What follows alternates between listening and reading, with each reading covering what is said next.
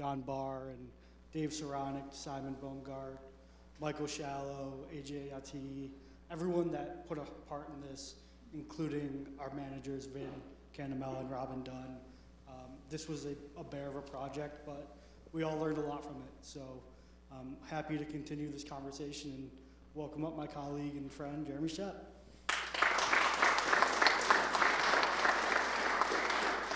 Thank you, guys. So we get the panel started now, is that what we're doing? Couple. Or am I asking you a few questions first? I guess you get to ask me a couple. Ask us some questions first.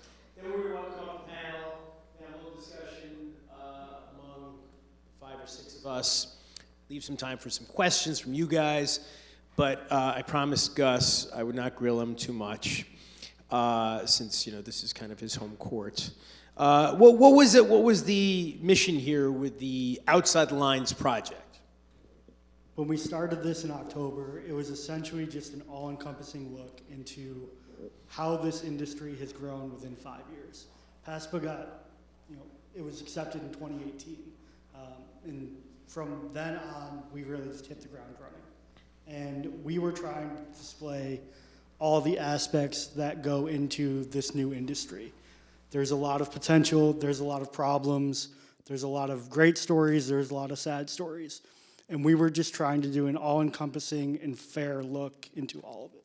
Right, and it's hard. This is, what was it, probably 48 minutes of content, something like that. And this is a vast subject, right? I mean, there is a lot of ground to cover. There are the problem issues, there are the relationship stories, there is, just the whole idea that what was once so taboo, unspeakable, is now being embraced by the mainstream, including the sports leagues. So drilling down and focusing on a few aspects of it to make it digestible, that's one of the hard things.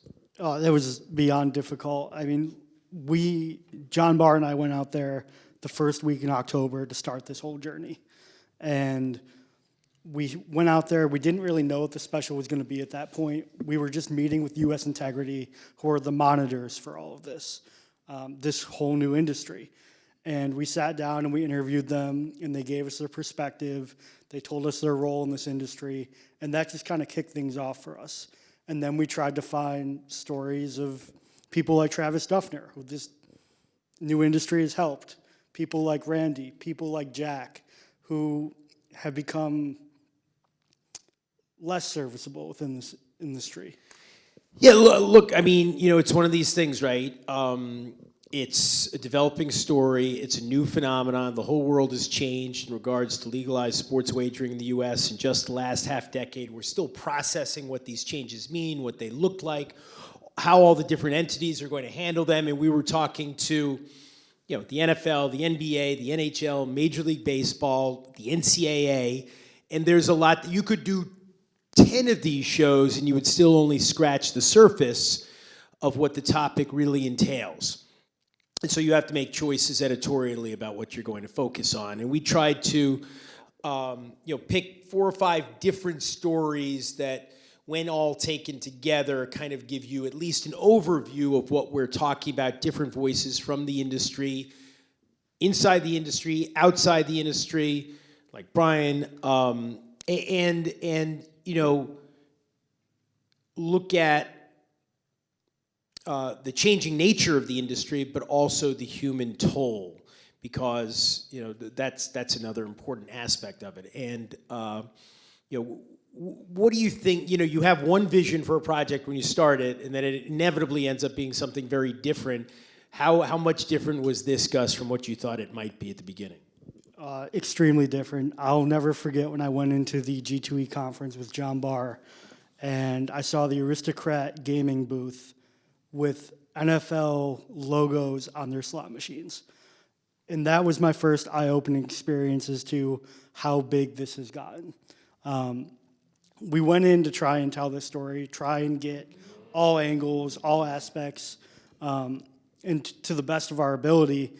I think what we set out to do, we accomplished, But like you said, we leave a lot on the cutting room floor conversation. Yeah, and another aspect of course, that we have to be thinking about as we're doing this is ESPN's own involvement in the industry, which is, for those of you who are unaware, ESPN is heavily in the industry now and has a partnership with one of the major gaming companies, PennBet, right? That's the name of it. And so they, together, ESPN and PennBet launched a service and an app last year. I don't know how many states it's in. It's in a lot. I don't know. But it's in some states. And the commercials are on all the time. As you can see, I'm not really an expert on kind of the day-to-day of sports wagering. It's not. I didn't happen to grow up in it. It's one of those things, I've got friends who bet on sports, and it was just something that never really interested me. But I know, obviously it's big. And so one of the aspects of it for me that I was trying to learn more about was, what attracts people to it? Like how do people get in over their heads? Whether you're a college student or, you're Shohei Ohtani's interpreter. And certainly, we'll get to that, what's going on right now. But it seems like we're having these moments every couple of weeks. And the impact that's going to have on the industry and the relationships that MLB and NFL and NHL and WNBA have will be interesting as well. What was the one story here that you thought we were going to tell that we ended up not telling? You can be honest. To me, one of the stories that happened when we were in Vegas actually was... Me and you? Yes, the story of Rob, when Rob won the Survivor Pool. Oh, yeah. Rob was in the Circus Sports Survivor Pool, and he had bought a hotel for the night, and he was watching his opportunity to win over $2 million or lose it on the final game. And we were waiting in the lobby for him to finish up, and all of a sudden, this man comes sprinting down the hallway, screaming, swearing, yelling, like someone who just won $2 million had won. And that was a story that it was replaced by Duffner, and obviously for good reason. Oh, so that never got mentioned? I didn't remember. It did not get mentioned. We did all that work, and it didn't even make the show. Jeremy did a great interview with him on the spot. Yeah, so for those of you, does everybody know what a Survivor Pool is? Because I probably did. So they had these pools, right? And it could be, at your office. It could be anywhere. You pick one game every week in the NFL schedule, regardless of the line, just a winner, but you can't pick that team again. And so they had what at Circuit was something like you had to put in $10,000 per entry, and four different entrants ended up having perfect seasons, right, and splitting the total pool of about $10 million or something like that. Yeah, that was fun. We had a good steak dinner in Vegas. We did. An outstanding steak dinner in Vegas. That was one of the highlights for me. So we're gonna invite up the whole panel now. Is that good? You think so? All right. Where's everybody gonna sit? Okay, we're bringing the chairs out. All right. Excellent. Thank you. We got a few of these. Well, thank you guys. Thank you all for being here. Appreciate it. I mean, there's a lot of ground to cover. We're only going to talk for like 20 minutes or something, so I hope everybody gets to, say their piece to a certain extent anyway. Why don't we just go around a little bit and say, we've got people from the industry, we've got people from the problem gambling side here, we've got Gus and me in the middle. Gus and I have already talked. We'll let the four of you guys talk and start over here and just say, what has it been like for you guys in the industry the last 5 years to see the shifts societally in legalized sports wagering? Liam. Yeah, absolutely. So my name is Liam Roecklein. I was most recently the SVP of content at PointsBet, which was acquired by Fanatics Betting and Gaming just in January. So I just recently left. So as a journalist, you can ask me anything because I have no hold. You're out. Okay. So no NDAs. I can speak plainly about the industry. I was at PointsBet for 2.5 years. The reason I came to PointsBet after leading Cheddar, so I was the first content employee at Cheddar News, which was an OTT network that took advantage of the fast ecosystem, and I pivoted to PointsBet because of the user behavior, because people were watching sports through a gambling lens, and the news media was still not capturing that viewing behavior. Even in the documentary you just showed right there, is that we wanted to talk to that consumer through a gambling lens versus a sporting lens. And I continue to see that shift in viewing behaviors to Gen Z, where they only watch sports. I grew up in the Bronx, New York in the 90s. I watched Derek Jeter because I like to watch his batting average go up. They watch it because they have prop bets on that night. So they really don't follow teams. They bet on different sports. And what we were trying to capture, and what we did capture, and we went to 2 billion impressions in 1 year of a content initiative, was capture how that viewing behavior and all those trends were being consumed. So we debuted a newsletter with Front Office Sports that had over 1 million subscribers. We debuted 5 unique social media shows that were podcasts. It really has changed dramatically, though, in even the last 2 years. We've seen more states come live, including New York. We'll see more going live with Georgia and Texas. I think we're still we're not in the first inning, but we're in the third inning here once Texas goes live, California. When you look at some of the prop or daily fantasy apps like Prize Picks and Underdog, it's really incredible what's being allowed on that format, where it's being said it's not gambling, but it's 100% is gambling, and let alone the illegal market, which is still totally operable, totally easy to access, and basically betting everywhere. So from a content perspective, I think it's still early. There's a lot of consumers that want that content. And then from a legalization standpoint, I think there's more to come as well. So, yeah. Sorry. No, all good. I'm Ryan Hannable. I graduated Sacred Heart in 2012. Out of college, I worked for WHEI, which is a sports radio station in Boston. I was the Patriots beat writer, so I covered the Patriots for 7-8 years. The Super Bowls, it was a great time. But as people probably know in this room, there's not that much money in traditional media anymore. And even just I was a one-man show covering the Patriots, I was basically on call almost 24/7 during the season. And growing up, having a family, you can't do that anymore. So I was looking for a change, and this is part of the time where the sports betting industry kind of took off. And so there are content opportunities with all these different sports books. So now I've been at BetMGM for 2 years, where I manage the sports blog, The Roar, that we have, which puts out previews for every game, but they're from a betting perspective rather than just your typical what is, Alex Cora saying about the Red Sox. Now it's, how is the Red Sox going to hit the 4.5 runs over line? So it was an opportunity for me to stay in the content, side of things, but also go where where everything's going nowadays, which is to gambling, kind of shifting away from traditional media. So this gave me a better opportunity in my career. Kaitlin. Sure. Hello, everyone. Thank you for joining us tonight. My name is Kaitlin Brown, and I am an alumni of Sacred Heart from 2008.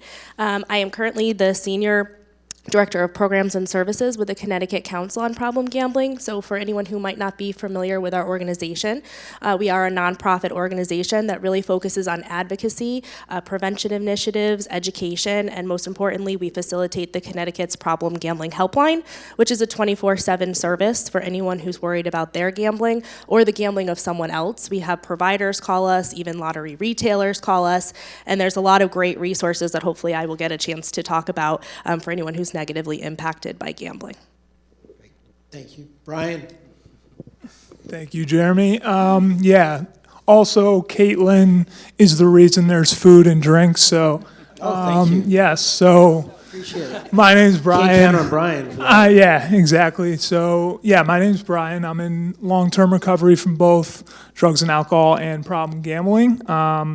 I have the privilege to be the director of the Collegiate Recovery Program here at Sacred Heart and do some work in and around problem gambling, and have for the last couple of years. So I'm super just grateful that we're even doing this right now. It's it's truly beyond my wildest dreams. On this campus is where a lot of things went south. So for me to just be in this room, my wife's here, my mom's here, it's chilling. So excited to be talking. Brian was a big part of the project. We interviewed Brian. He's in one of the pieces. It was like a 5-part series.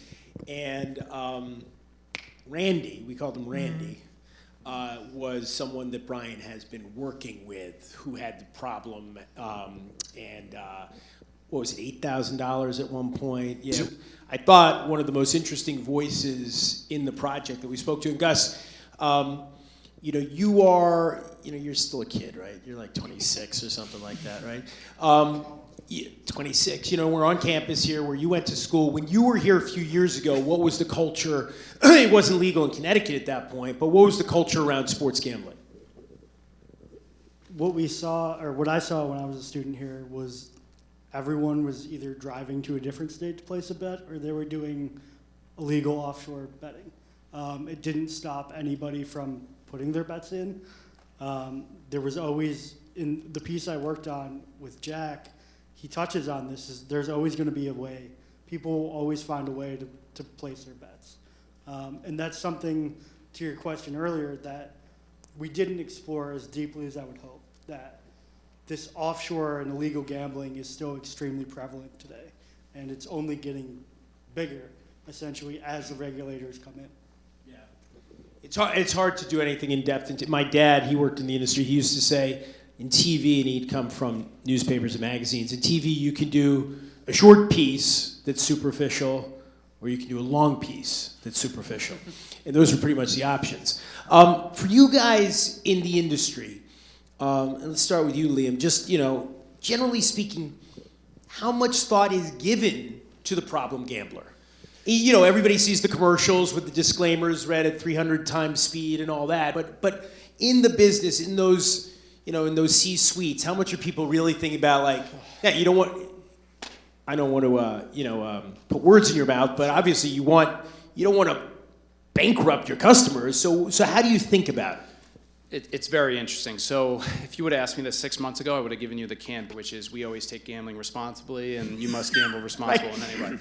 But I know, sorry, Ryan, if I throw you under the bus, but now I don't work for an operator. So what I would say is, what I see as an individual, and I was an executive, reported to PointsBet CEOs in the rooms, there's a continued push towards higher and higher margin products, and it's seen across the industry. So what does that mean?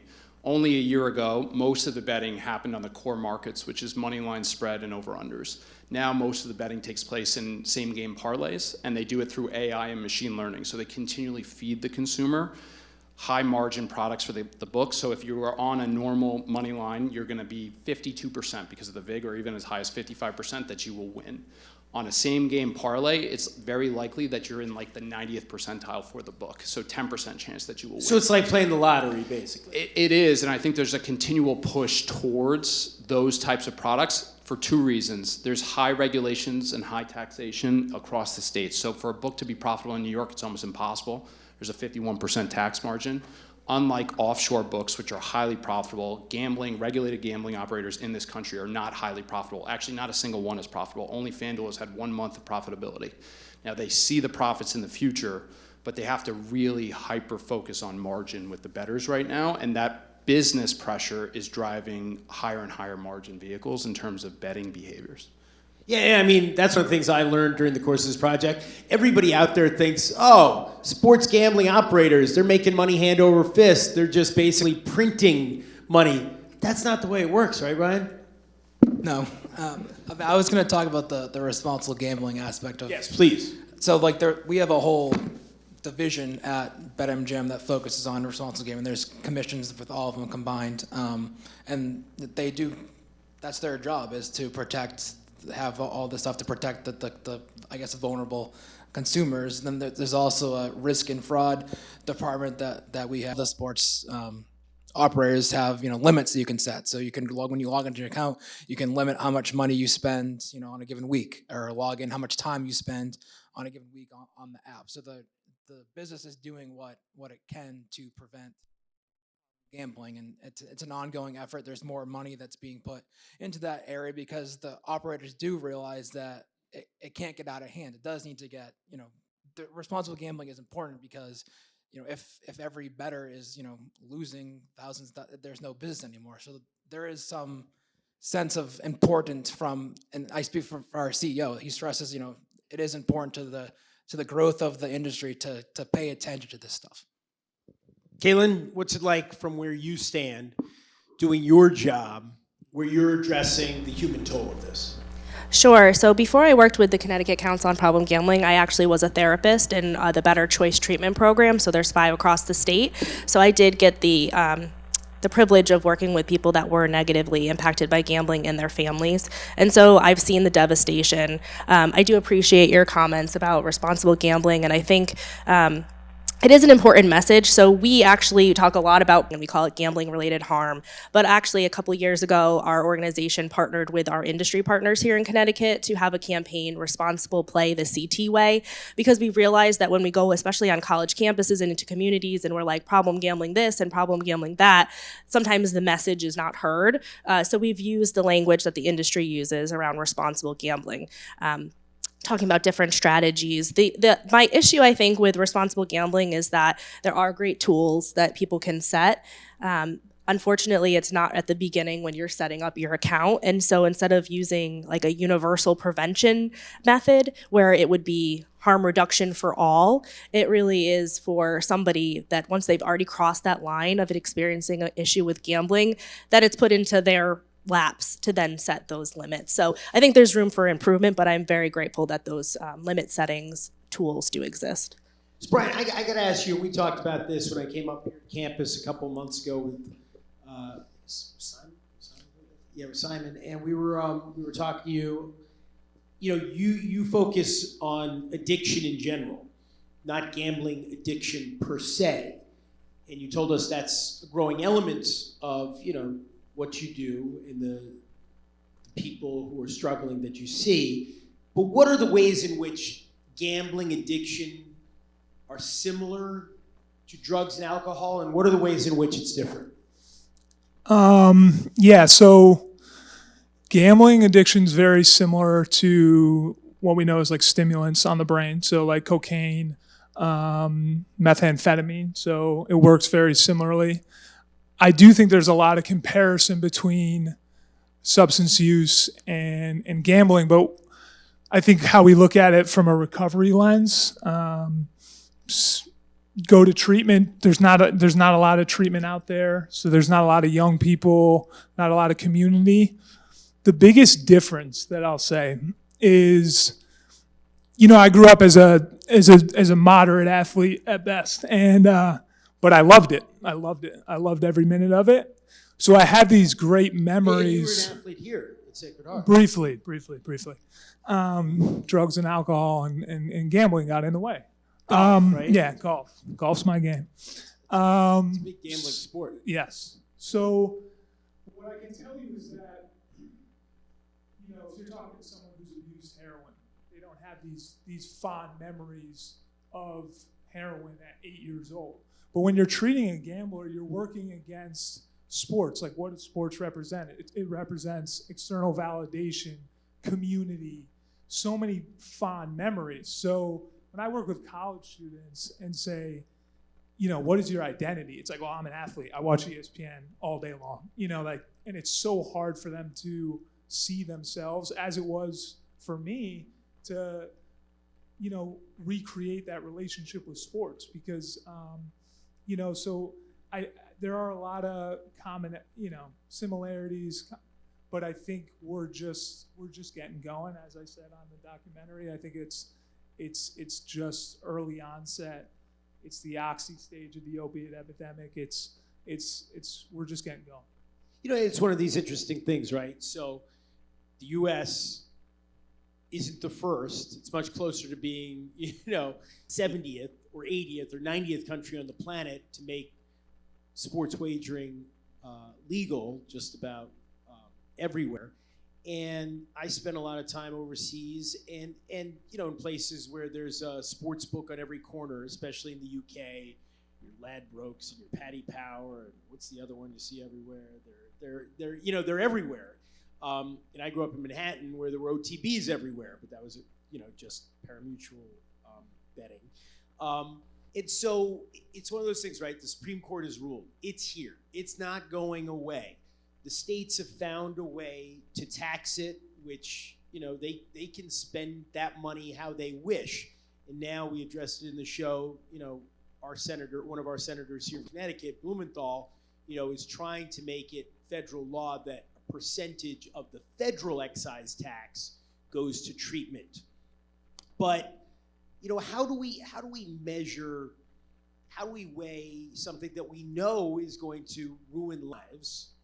But so does alcohol, right? So do a lot of things that are legal. How do we measure that against, the imperatives of a growing industry? How do you see it? Well, it's funny. PointsBet was an Australian company, and we acquired Bannock Technologies, which ran our back end, which was an Irish company. And both of those countries have had gambling for generations. And really, they do a lot more than we do already. They're far more mature in their responsible gambling cycles. They're no longer allowed to advertise adjacent to sports games. They have real limitations similar to alcohol or marijuana in some states in terms of how they can advertise, how they can reach people, how they can acquire customers. So I think we'll get there eventually. When it comes to what's next for us and like what it means from a content perspective, like I'm not pro-prohibition. I think this has been a tremendous windfall for states. Those states can then invest that into schools or housing or roads or whatever, and it's been tremendous. This has led to less budget shortfalls across the states, and I believe we should have a legal, regulated platform for individuals to gamble on. That being said, we need to have guardrails in place so that individuals can truly gamble responsibly and that they have the outlets that they need. And I think, I don't want to put Ryan on the spot, the same thing, but I believe that it should exist. I think it should be more regulated, and I think we need to have more safety as well. And it comes with the content as well, and I think the consumer demands the content. I am a content executive, but that is part of the messaging as well that we need to continually communicate. I was going to say the same thing. Like, there is a room for it to exist.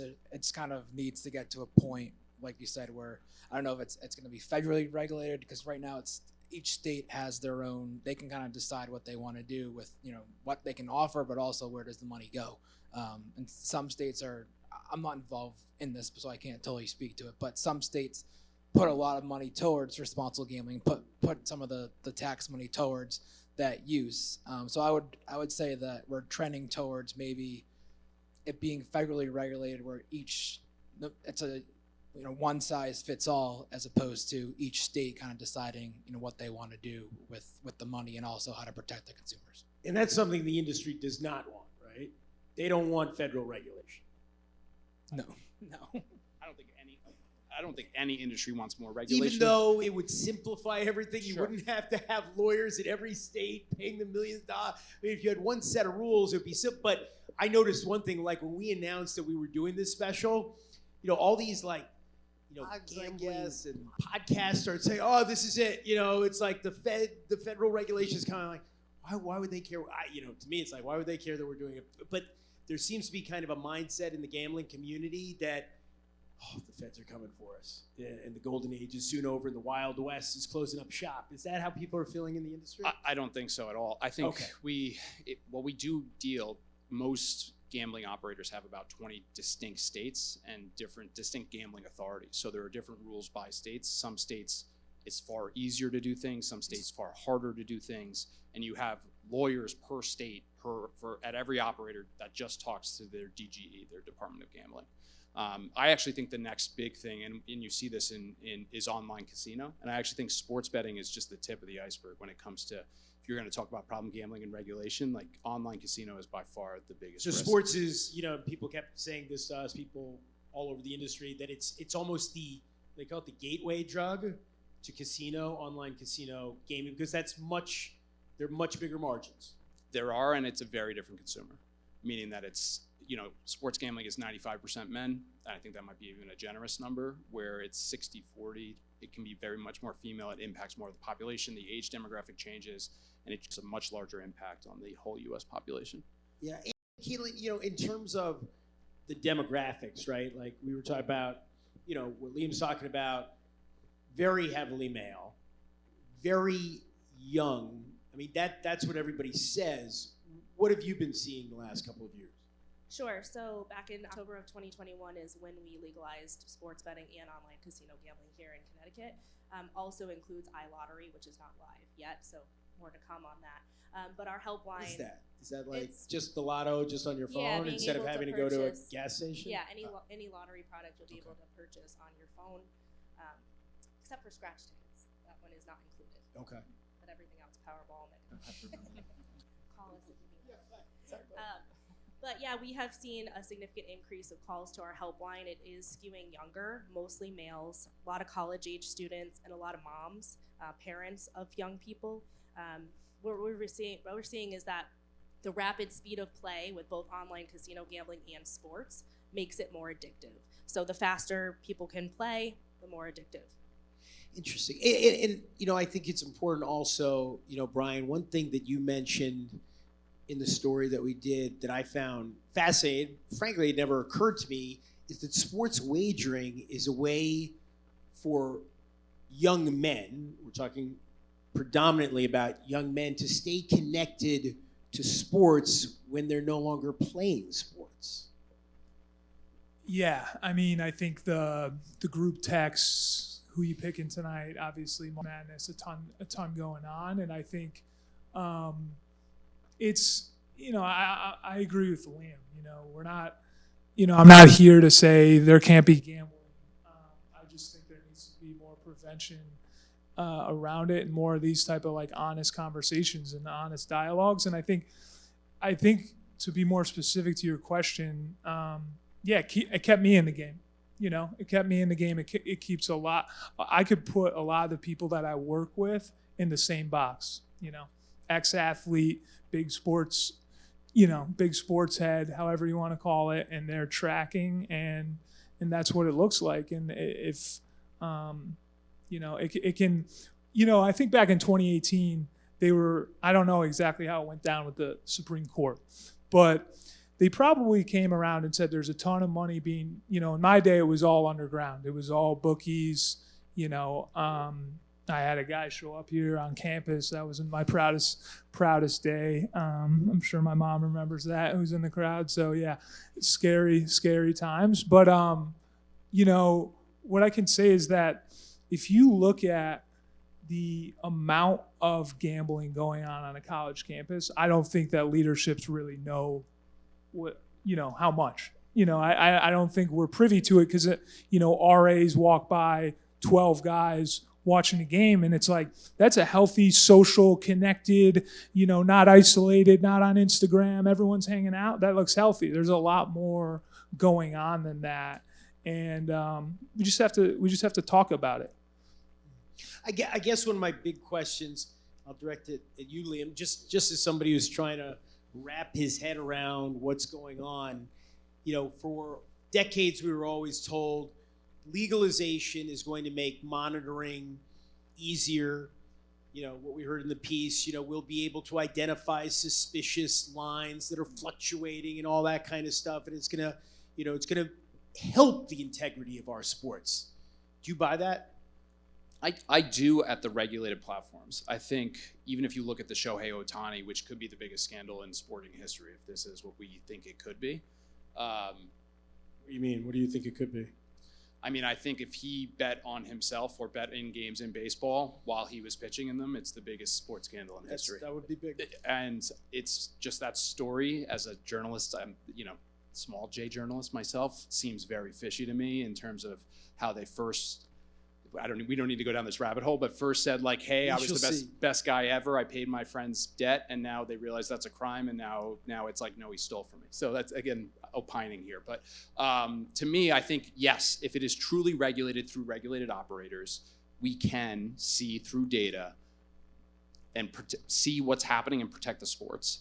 When it's happening offshore or with illegal accounts, which are prolific currently, we cannot. And I think the US federal government needs to do more like they did with poker in the early 2000s, which was my era, to shut down these platforms because they're everywhere and you can get them from any state. They're run out of the Cayman Islands. They pay CPAs to American content, which means that it's a cost per acquisition cost. So if you bring a bettor to their platform, they will pay you. That is a legal transaction in the United States for a lot of content or social media providers. It's a way they monetize their content or their audience. Like, that's the first way I would say we should look to protect our sports, is by getting rid of these illegal operators. And it's not that I'm here to talk badly about the operators because I just left one. It's that I do think they are more regulated, they're more taxed, they have to jump through more rings to kind of make this happen. But I think there should be even more focus. And if you can get rid of the illegal operators, it becomes even easier. Gus? Yeah, and one of the pieces that was in the video, Jack was a practice player at a a major Power 5 school in a major Division I conference. And he also acted as a bookie for these schools. And he had, at one point, 160 people on his betting sheet, including starters on the football team, starters on the basketball team. And these are guys who are now in the NBA and on NFL teams. And he was taking bets for them, and he was also taking bets from their parents. So it extended beyond what we had hoped. And Charlie Baker, when we interviewed him, who was the president of the NCAA, he described this as his worst nightmare. And I guess there's no way to really catch a kid like Jack, who's doing it all offshore and who's recruiting all these student athletes that are in these prominent positions on university teams. But I think that's the biggest issue, is there's no one to stop Jack.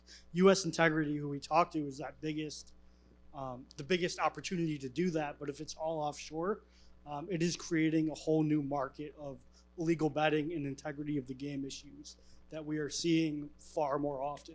And it's sad to say, but it just seems like, when is the next story going to come out like that? It's interesting too, right? Like, the fact is, in this industry, in every industry, in everything we need, nobody ever can see the future. There are all these, like Donald Rumsfeld said, unknown unknowns, right? And everybody has theories about how things are going to play out, but nobody has any real idea what's going to happen. It's like when you put NIL together with legalized wagering, for 100 years, it was, the players who are shaving points are doing so because they don't have any money.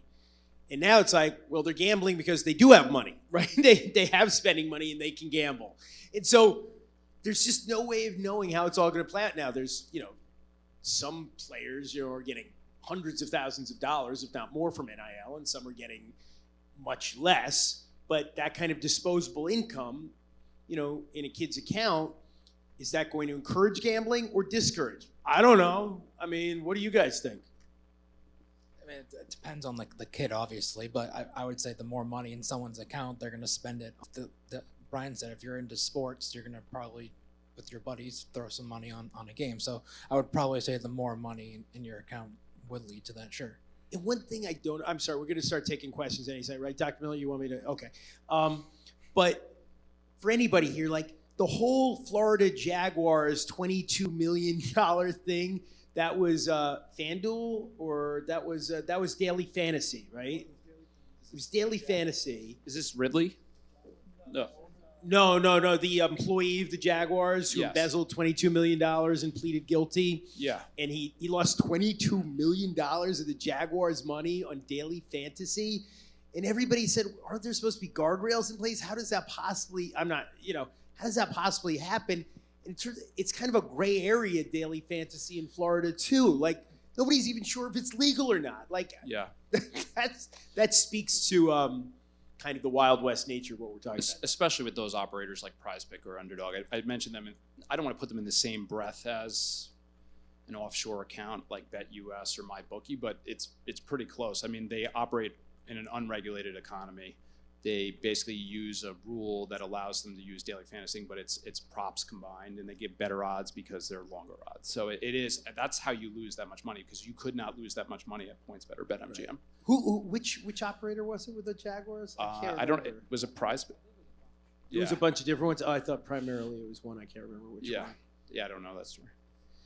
All right. Well, you guys have been great, but I'm sure there are questions out there. How are we going to do this? We're going to pass the microphone. It's a small room. You don't really. You're going to pass it around? Okay. We'll pass it around. Who's first? You, sir. Stand up. Identify yourself. Well, thank you all of you for coming here today to speak. My question is specifically for Jeremy. Oh. In terms of, because you know the sports very, very well.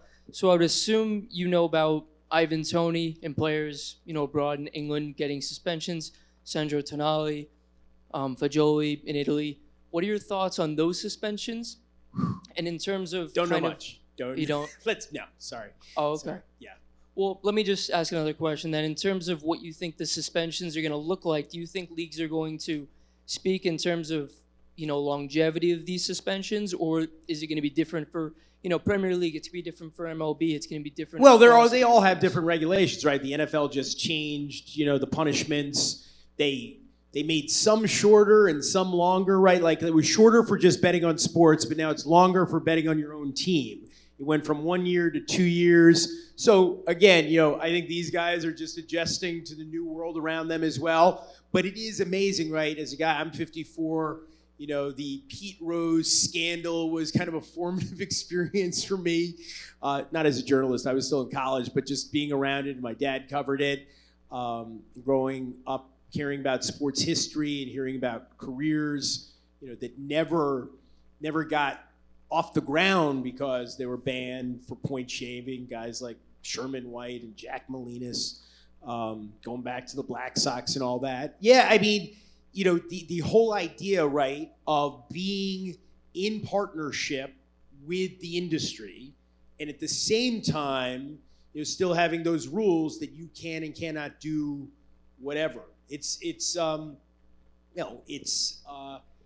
complicated. I do think there's a distinction though. People say, well, if it happened with Pete Rose today, they couldn't ban him for life. It would seem hypocritical. I'm like, well, there's a difference between the industry, right, having legal wagering partnerships and making money off of it, and allowing players to bet on their own teams or against their own teams.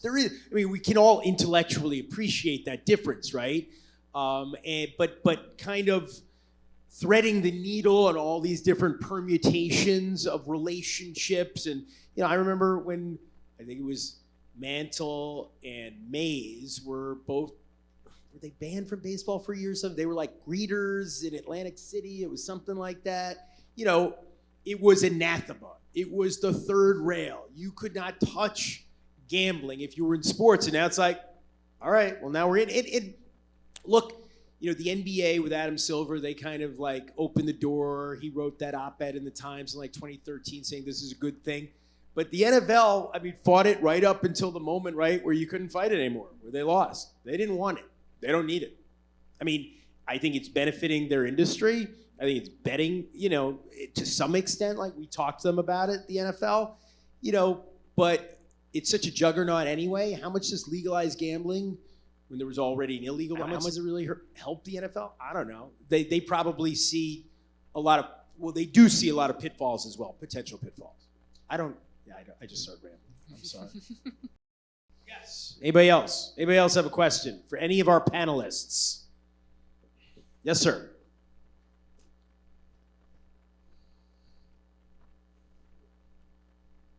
Hi, it's Senator Huang, representing this area. I think for me, the biggest part about this is the cat's out of the bag. It is what it is. But I wanted to ask Kaitlin the impact on our youth. Particularly, we're on a college campus. It has turned a passion into a parlor game. And I want to be able to ask, what can we do to support those that are on the cusp of addiction? I think the second part for me is the sadness that it is no longer about the game. It's about the spread. It isn't about the integrity of the game. It's about the spread. We have the NCAA right now. And what people don't understand in the state of Connecticut, it's interesting, every online bet has to give a vig to the two tribes.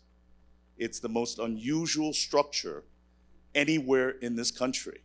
And every lottery game and Keno game has to give a portion of the vig to our two tribes. It's the most antiquated system. And Jeremy, you're shaking your head. It's true. It's unbelievable, isn't it? I believe you, Senator. No. I'm just curious. I had no idea. Yeah, and most people don't. And so when you talk about the capitalization and the revenue, we don't get the full revenue, unlike other credits and licenses we get. The two tribes control gambling games in the state of Connecticut. And so back to the question for Kaitlin, and most important, why we're on this college campus is, what do we do? What kind of resources can we provide for those that are at the cusp of addiction? Thank you so much for being here. I really do appreciate your time. I think that's a really important question. We are seeing, like I said, younger and younger people being negatively impacted by gambling, and no longer is it just for fun. When we're sharing the odds, and Brian had alluded to this before, right? Younger and younger people. So most people start gambling at a very young age, and they're introduced to it by their family members. So think about an 8-year-old boy who is watching sports with their dad, right? And so you're seeing the odds, and so this has to be part of a conversation. Some people would say, I'm not going to let my kids watch sports anymore. I don't want to be part of this gambling. But I think it really is an opportunity to have a conversation about what that looks like and educate them about the risks that are involved, because gambling is not a risk-free activity. And I think that's our biggest thing that we want to get across from our organization. That's how we developed the college campus gambling prevention initiative that Sacred Heart has been a part of for the last 2 years. And I hope they continue that partnership with us for many, many years. But really talking to people about what are the risks that are involved, because they do see the advertisements, right? Risk-free bet, no sweat bet, all of this, and they really do believe that it's like a game. I was talking to someone right before this, and I took a helpline call, a chat at 3 o'clock in the morning from someone who had just turned 21 a few months before, and he was talking about all the money that he lost, and he's like, I really need help. What are there programs for me? And wearing my therapist hat, I'm like, yeah, we have amazing treatment here in Connecticut. And he's like, no, programs to get my money back. And so it really starts with the education of letting people know what are they getting into when they do choose to gamble. Once they have that education, then they can make some responsible decisions about whether they want to participate or not. And it's great that we're doing that on the college level. But I really do think it needs to be younger and younger, just like we educate students about mental health issues and suicide prevention and substance misuse. Nowhere that, to my knowledge, are they educating young kids in middle school, high schools about the risks associated with gambling. And Brian and I had a great opportunity to talk to some high school students in Milford, and I really hope that those opportunities continue.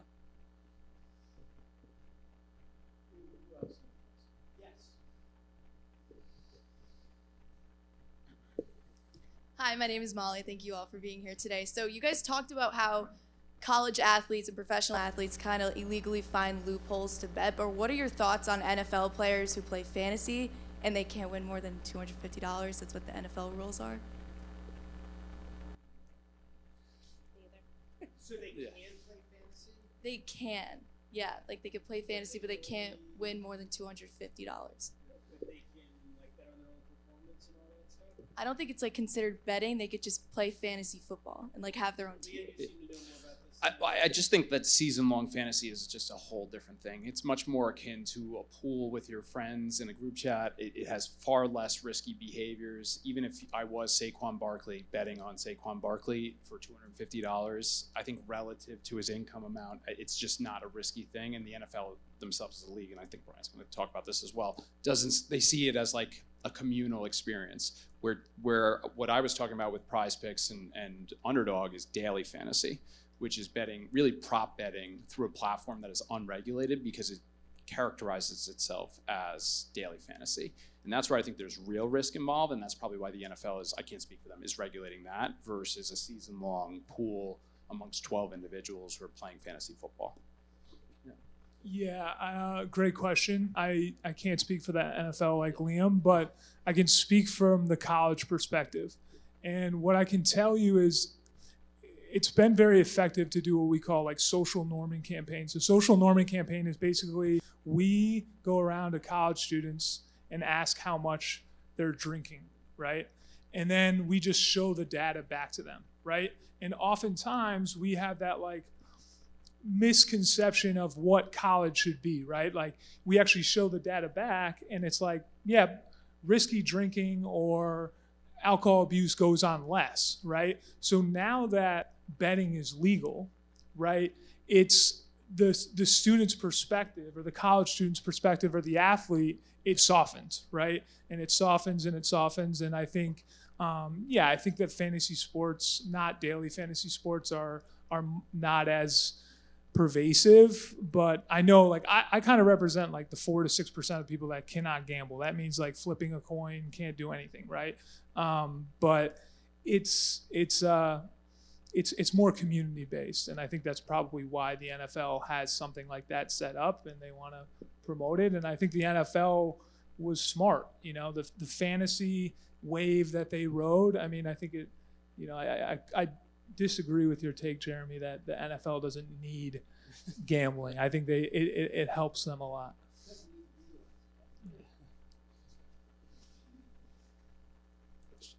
Who else? Yes, sir.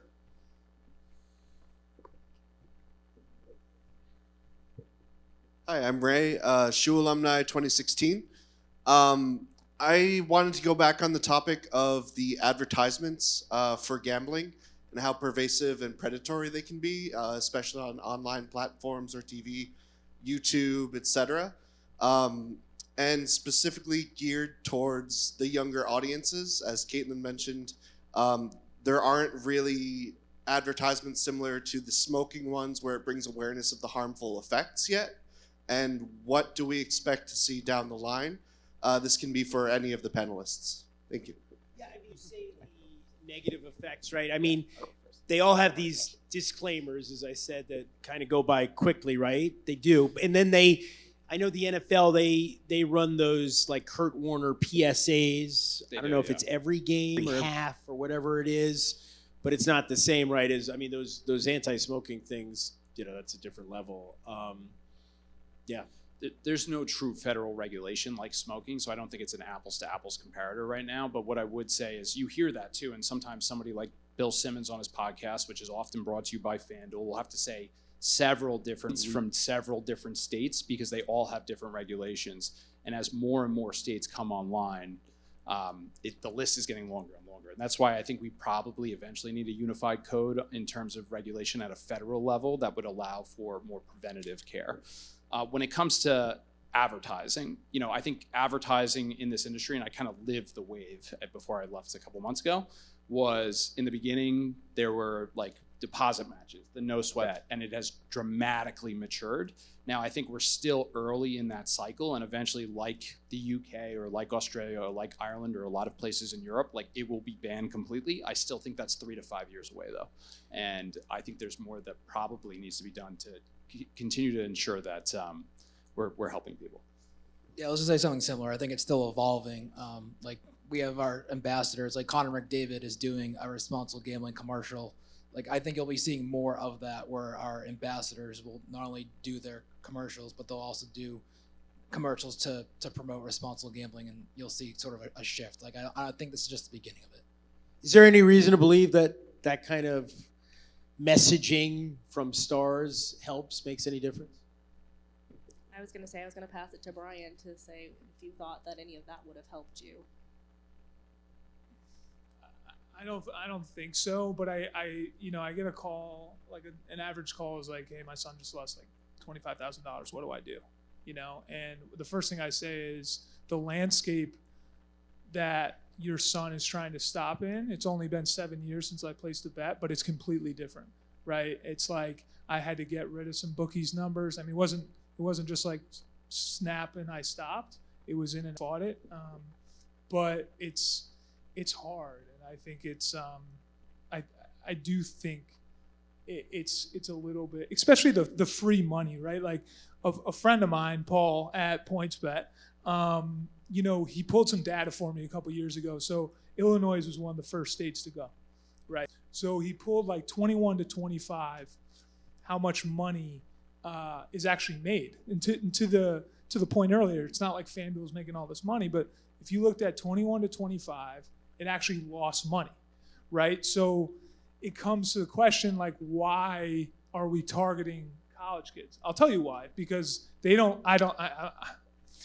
I think I don't want you to bet on here, not only now, it's just like a bookie. I want you for the next 20, 30 years. You're going to start making money. You're going to graduate. You're going to have access. And it's like boom, boom, boom. So, I mean, I think I would have ended up the way I did no matter what. But it's I just feel bad that it's so in your face. Senator, I'm curious.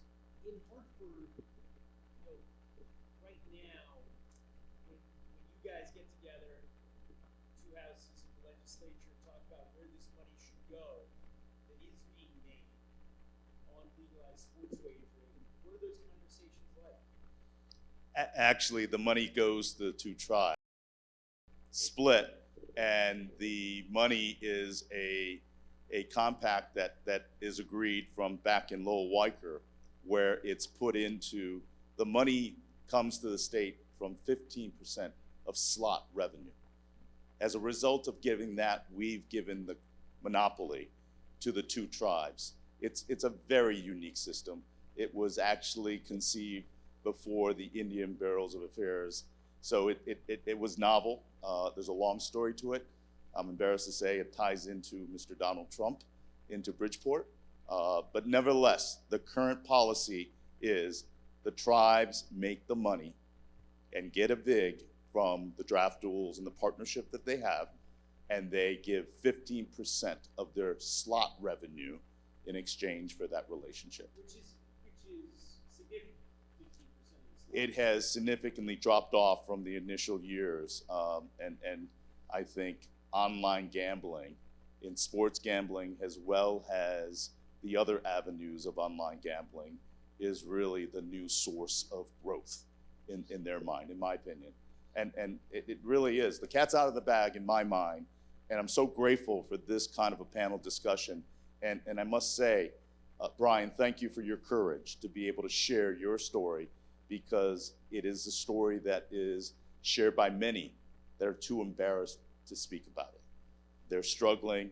Some of the college kids have run up $30,000 debts on their credit card and make that painful phone call home, and it's happening. And it is really, really devastating. And I want to thank the council. But here's the other problem in Connecticut. We have a great organization on the council on problem gambling, but they get close to 80% of their revenue from the casinos. So how challenging, and you don't have to say anything, Kaitlin, how challenging and how critical can they be when 80% of your revenue, how you operate, comes from the very proponent that gains from it? So I've always proposed that the state of Connecticut needs to step up. But ultimately, I'm a sports fan. And you know, the third point that I raised earlier is I'm just so sad about the game. You know, when we debated this, we studied Australia. It's a sports mad country, but they don't care about the game results anymore. It's about the spread, and it's so sad. So for me, it's challenging. And we have the NIL. It really is one of the greatest societal challenges we have, because the NIL is started up, but you know, the history of young athletes that live and struggle with means, they get influenced with easy money. You know, as an athlete, you never know how you can miss a foul shot, throw a bad pitch, because you're a young athlete. How can you tell? It's very easy to manipulate the game. So for me, it's a sadness about the sport itself. And you know, it's a brave new world. So it is what it is. Pandora's out of the box. God bless, and we're having this conversation, which is incredibly helpful. And thank you for allowing me to speak. Thank you, Senator. We're going to wrap it up. I want to thank the panelists. You guys were all great. Really appreciate Liam, Ryan, Gus, of course, Kaitlin, Brian. Thank you very much.